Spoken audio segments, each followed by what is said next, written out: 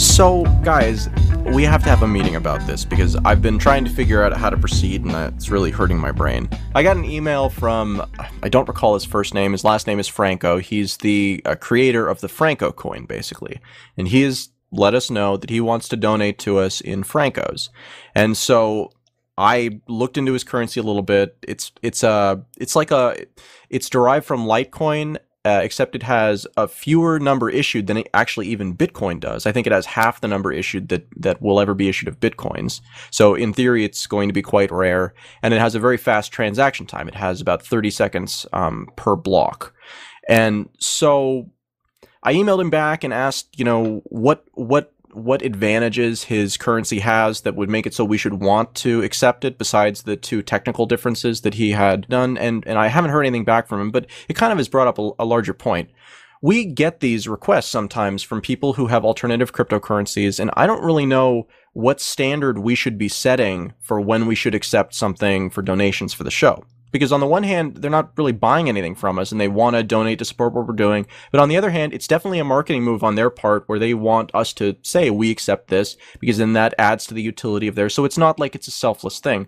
So I'm wondering, when you guys are looking at what new alternative cryptocurrencies to pay attention to or to set up a wallet for, what are the criteria that you use? That's such a great question. I wish I could say I actually had some hard and fast criteria. It's more like I have to see it become a blip on my radar more than a couple of times. I made a fortunate investment in Litecoin about a year ago, which ended up doing really well. But I'm kind of skeptical about a lot of the other cryptocurrencies, especially since now there are so many of them. And an altcoin really has to differentiate itself to stand out in the current climate. And, I just don't know if we're at the point where that's really likely to happen yet. And I can't see like the clear leaders in the pack. So I haven't been super buzzed about altcoins lately, except for maybe Litecoin, because it seems to have cleared a certain bar. As far as accepting donations to the show, I wish there was an easy way to have a multi-currency wallet. I know people are working on that, but I don't know of one that exists yet. Because if we could have that, it would be easy to administer. We could just have a wallet, and when some Franco coins come in, we'll see a little notification, and we could do basically whatever we want with those Franco coins. Spend them, save them, give them away, whatever. Convert them to Bitcoins, whatever we want. We're just not there yet. This question that you're asking, Adam, is the same question that plays out thousands and thousands of times. Every time an altcoin comes up for any buyer, any seller, or any user. This is the fundamental adoption question, the balance between the network effect, convenience, and existing value of Bitcoin versus the value of an additional coin. And in that, you have to balance out the network effect. As I said, you have to balance out the adoption difficulty, the technical difficulty of charging in multiple currencies. You have to balance out the foreign exchange risk of converting it, how convertible it is, what kind of liquidity there is in the market in order to convert it, how many access points there are. You have to look at the history of the currency and how stable it is in terms of fluctuations, or also in terms of mining difficulty, because that's another aspect of cryptocurrencies that plays a term in stability. So all of these essentially compromises or trade-offs happen in the mind of any consumer who's deciding between Bitcoin and another currency. And I think all of this goes to demonstrate why it is so difficult to unseat the king of cryptocurrencies, why it is so difficult to say, I'm going to go with a completely different alternative. And the reason is that it has a lot of cost to do that. And so as a result, it has to have a really compelling reason. And quite honestly, I don't think you have that. But does that mean that they don't have any value? I mean, I don't think so. I think there could be some... They have dust value. Yeah, they have dust value, but I don't know. There's a part of me, I know I just said that I'm not like super excited about any of the altcoins, but there is a part of me that kind of sees like, okay, like, yeah, there's some, Prime Coin, like it's finding prime numbers, and PP Coin has got the proof of stake, and Feather Coin has like great promotion, and that might be interesting. And so at times I do feel excited about altcoins, and it doesn't hurt to diversify. If somebody wants to give us some pick your favorite coin, then I don't really see the problem with that. Maybe it feels like a headache because we're kind of trying to decide, well, what do we actually think about all these altcoins? Is this going to require me doing research on them? And do we convert them to Bitcoin and essentially cash out, or do we hang on to them? And that decision feels overwhelming and we just don't want to deal with it. Could that be sort of what's going on? Oh, it's enough to make that decision with Bitcoin. Right. We're running multiple shows just to decide whether we're holding Bitcoin or what even the value of Bitcoin is. I think then multiplying that by a whole set of other coins, it can really be a huge headache for merchants. So it's easier than adopting multiple fiat currencies, but it's not as easy as just having one. So I see a couple of options here for how we could push forward on this, because Stephanie, to your point, I think it really is a usability thing. When I installed the Feathercoin wallet, because we had a listener who wanted to donate to us in Feathercoin, that was the fourth wallet that I had set up on this particular computer. And before that, in addition to that, I had Primecoin, which I was playing around with because I was trying mining with it, actually, which was quite interesting. Bitcoin, Litecoin, and then Feathercoin. And when I set up Feathercoin, I actually had problems with my computer. Not that it was a problem with Feathercoin, just that that was apparently the number of wallets that my computer felt comfortable running and the number of blockchains that it felt, So I really think that so long as you need a separate installation for each new cryptocurrency. The feather that broke the camel's back. Sorry. Yeah, exactly. Yes, exactly. So, when I run 3 of them at once, it's all fine. But when I run 4 of them, I tend to get some instability in my system. So I see a couple of ways forward on this. I can either see setting up a bounty system where we have a minimum value threshold where people can send their whatever coin it is to an escrow address that we have set up. And at the point that we, reach whatever the threshold is, say it's 1 Bitcoin worth of whatever the altcoin is that we're talking about, then we go to the trouble of setting up, a full wallet for the show and doing all that stuff. Or I could also see us partnering with, or it being a service that's provided by an exchange like Vercurex, where they're already dealing with all of these altcoins, and they deal with a lot of altcoins. And as a result of that, they could essentially give us an application that would let people send something to a show account that would be able to be denominated in any of those things, and then we'd have the ability to change it into other cryptocurrencies or keep it in that, but not have to maintain all of the wallets on, a series of actual computers that we have to control. Right, because the exchanges right now, like BTCE or Vercurex, they do sort of have multi-currency wallets, where you can log in and see your finances, and it has a wallet for each of the altcoins that's on that exchange, and people, you can send funds to it or whatever, and then you can easily trade because they're already in the exchange. I guess I see a problem with storing the coins on an exchange because that's basically a web wallet and they're vulnerable to hacks. But I really like the idea of hey, let's have an address for each of these coins once we reach a certain threshold. And I think 1 Bitcoin equivalent of those altcoins is a good threshold to have. Then we'll put that up as a donation address.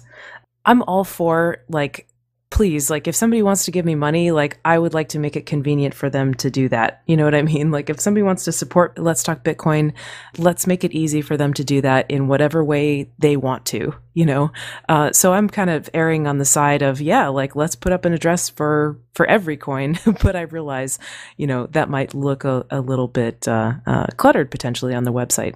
I don't even think it's a problem with the cluttered look. I just think that it's that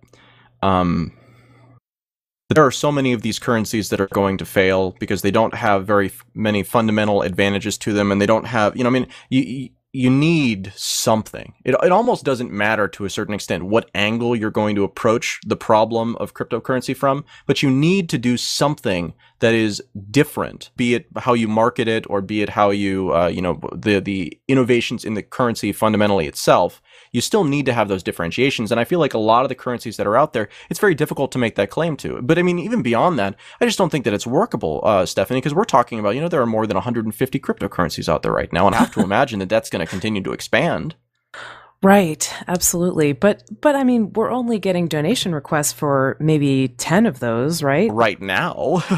Right now, while we accept. So, and this, of course, brings me to the other part of this conversation. So we started accepting Litecoin donations, I guess, about 3 months ago. And the first couple of shows were pretty successful, and I can look back and actually show 11 and show 13 were two of our highest tip shows because we got single donations of 100 Litecoins to each of those shows. And so that actually was more substantial than the Bitcoin donations at that point. But since then, we've had, we get probably between 0.5 or 1 Litecoin per episode on a good episode. And sometimes we don't get any Litecoin. So the question becomes, how, is there a minimum threshold beyond which we should, not be generating? I should not be spending the time to generate the addresses and to to run the client if we're just getting these small amounts Should there be a minimum threshold? Well, maybe we don't have an individual Bitcoin, Litecoin, Frycoin, PP coin, every single coin address for each show. Maybe we just have a general show fund for the altcoins that are not Bitcoin, or maybe not Bitcoin and Litecoin. You know what I'm saying? Maybe we can have three-dimensional wallets. I mean, essentially, the bottom line is that all of these coins, at their core, use the same elliptic curve cryptography system for the public and private key. The only difference between a Bitcoin address, a Litecoin address, and a Feathercoin address is what prefix you stick in front of the address before you send it out. So you can take a single private key, and from that you can generate a public key, which is a point on the curve, for Litecoin, and code it for Litecoin, and then you can take the same key and encode it for Bitcoin, and the same key and encode it for Feathercoin, and the same key and encode it for PP coin. And so essentially what you would do is you would have one wallet with one private key that unlocks all of the public keys of all of the other coins. So I think we're going to solve this problem over time, and the default will be multi-currency systems. So when can I have that? Well, I wrote a prototype implementation, works on top of BIP32, but unfortunately, turning that into a business, we need one of those opportunistic entrepreneurs.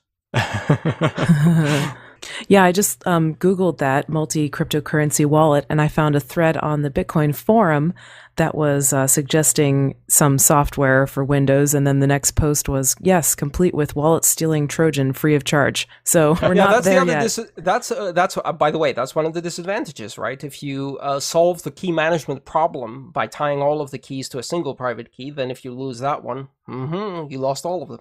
Right. Well, Adam, maybe what we need is a altcoin enthusiast treasurer for Let's Talk Bitcoin, and I would be happy to be that. Why don't we just have everybody send their altcoins to my wallet on Vercurix, and I'll be the administrator of that. Okay. No, I'm just kidding about that, but ultimately, if it's not you doing it, it's me, Stephanie. So I mean, it's yes, to a certain extent, there's a little bit less trust, I guess, but it doesn't really matter. Yeah, I'd like to also start considering taking other forms of payment as well. So I will be the treasurer for beer and pot, and I will convert those in my digester system. Thank you, Andreas. Thank you very much. Welcome. Has anybody, actually, that's a great point. I mean, has anybody ever offered to donate physical stuff to Let's Talk Bitcoin, or like maybe other things like gold or silver or stocks? Or, I mean, I know some organizations have offers of those, but we're having the problem where, hey, take my altcoins, right? Yeah, no, we haven't, there have been no physical offers yet. It's been altcoins. And again, the other thing about the altcoins, of course, is that it's not just a donation. I mean, like, it's a donation because they want to donate to us, but they want us to care about the cryptocurrency. I mean, that's the fundamental thing. It's not like they're donating because we're the best people in the world. They're donating because there's an advantage if we get interested in it and start talking about it with our audience. You mean like spending 10 minutes talking about Franco coin that does ADD blockchain confirmation every 30 seconds? Yeah. Exactly. So, so there's a really fine line to walk here, I think. I'm just not sure how to approach it yet. Well, I don't know if we've resolved anything with our on-air meeting, but it's a good problem to have, right? I mean, if people are offering us donations, like, yeah, that's great. Even if there's strings attached to it, even if they want us to promote their coin or whatever, okay, fine, I'll take your money, right? Fair enough. I mean, this is a problem. I mean, that's the fundamental part here, is that this is a problem. And Andreas, whether it's solved in the manner that you described or whether it's solved in a manner we can't even conceive of here, I think that it will get solved. And that makes me feel good. That's the beauty of frictionless currencies, right? Because the fact that all of these coins have very low friction and are very fungible and very easy to transport and trade is what makes them very easily transferable or convertible from one to the other. So, the advantage is that unlike the enormous friction we have converting fiat to Bitcoin and back, converting Litecoin to Bitcoin, Freecoin to Bitcoin, that's easy. So, one of the advantages, what we're seeing here, this proliferation of coins, is also really a symptom of the fact that you can convert them more easily, so it's easier to adopt.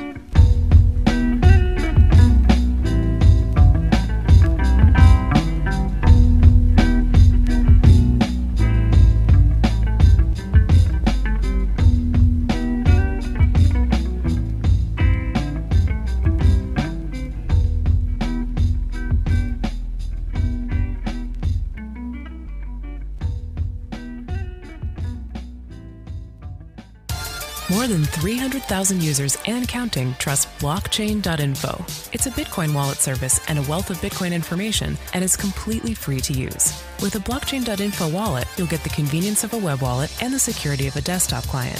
Blockchain.info is also a block explorer. You can use it to see Bitcoin transactions in real time, check the balance of any Bitcoin address, and view many handy Bitcoin charts, all for free. See what they have to offer today at blockchain.info.